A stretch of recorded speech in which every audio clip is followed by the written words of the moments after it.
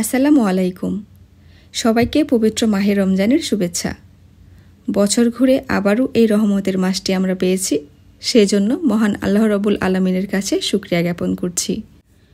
রোজা কেবল ক্ষুধা তৃষ্ণা থেকে বিরত থাকা নয়, বরং আত্মা ও হৃদয়কে পরিশুদ্ধ করার মাধ্যম।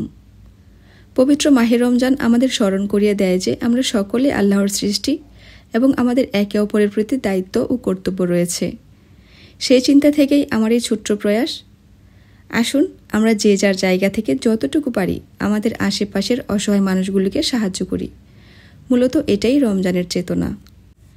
আর একটু ভিন্নভাবে যদি চিন্তা করি, যেমন আমরা সকলেই আল্লাহর বান্দা, আল্লাহ চাইলেই কিন্তু এই মানুষগুলোর জায়গায় আমি থাকতে পারতাম আর আমার জায়গায় তারা।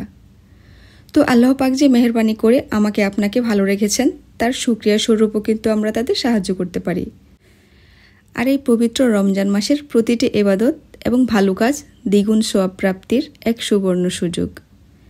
রমজানের এই মহিমান্বিত দিনগুলো যেন আমাদের দুনিয়া ও আখিরাতের সম্বল হয়ে ওঠে। আল্লাহ আমাদের নেক ইচ্ছা পূরণ করুন। আমিন।